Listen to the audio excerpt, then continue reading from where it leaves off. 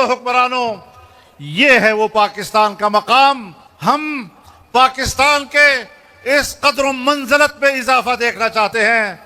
ये एक बार फिर इस बात का ऐलान है कि अब फैसले ऐवान में नहीं मैदान में होंगे।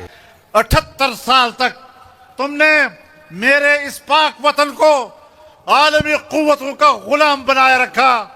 मैं इस वतन अजीज की आज़ादी व हुर्रियत की बात करता हूँ। मैं अपने कौम के अंदर खुद एतमादी पैदा करना चाहता हूँ। अमेरिका पाकिस्तान में आकर, ईरान पाकिस्तान की सरजमीन पर, हमारी इस्लामी बिरादरी के हमारे दोस्त पाकिस्तान की सरजमीन पर बैठकर दुनिया के लिए अमन तलाश कर रहे हैं।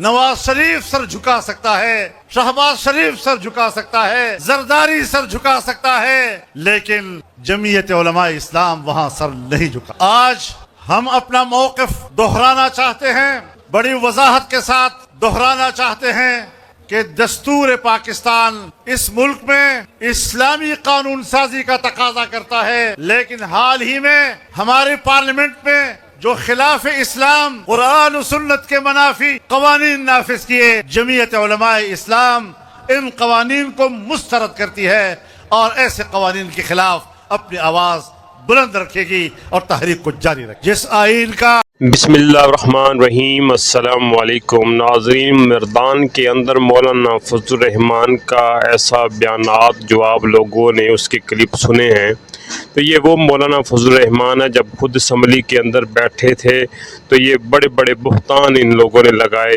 जैसे कि इमरान खान पर भी इन लोगों ने उस वक़्त ये बुहतान लगाया था कि इमरान खान एक यहूदी एजेंट है, वो यहूदियों का भेजा हुआ वज़ीर आज़म है, हम इसको तस्लीम नहीं करते। जब इन्होंने मिल बांट के इस इमरान खान की हुकूमत को गिराया तो उसके बाद इसने अपने बयानात को चेंज किया और कहा कि वो तमाम सियासी बयानात थे जो हमने उस वक़्त इमरान खान के ख़िलाफ़ दिए थे कि इमरान खान कोई यहूदी एजेंट नहीं है, वो मुल्क और इस आवाम के बारे में सोचता है, और जो कुछ भी उस वक़्त कानून साजी की गई थी वो इमरान खान को सिर्फ हटाने के लिए किया गया था। अब ये तमाम लोग जो है, जब इनकी बातें या इनको कोई वजारतें नहीं दी जाती तब ये लोग बाहर निकल कर जो है वो जल्द से जुलूस करते हैं और अवाम को जो है वो बेवकूफ़ बनाते हैं, और हमारी जो बोली बाली अवाम है वो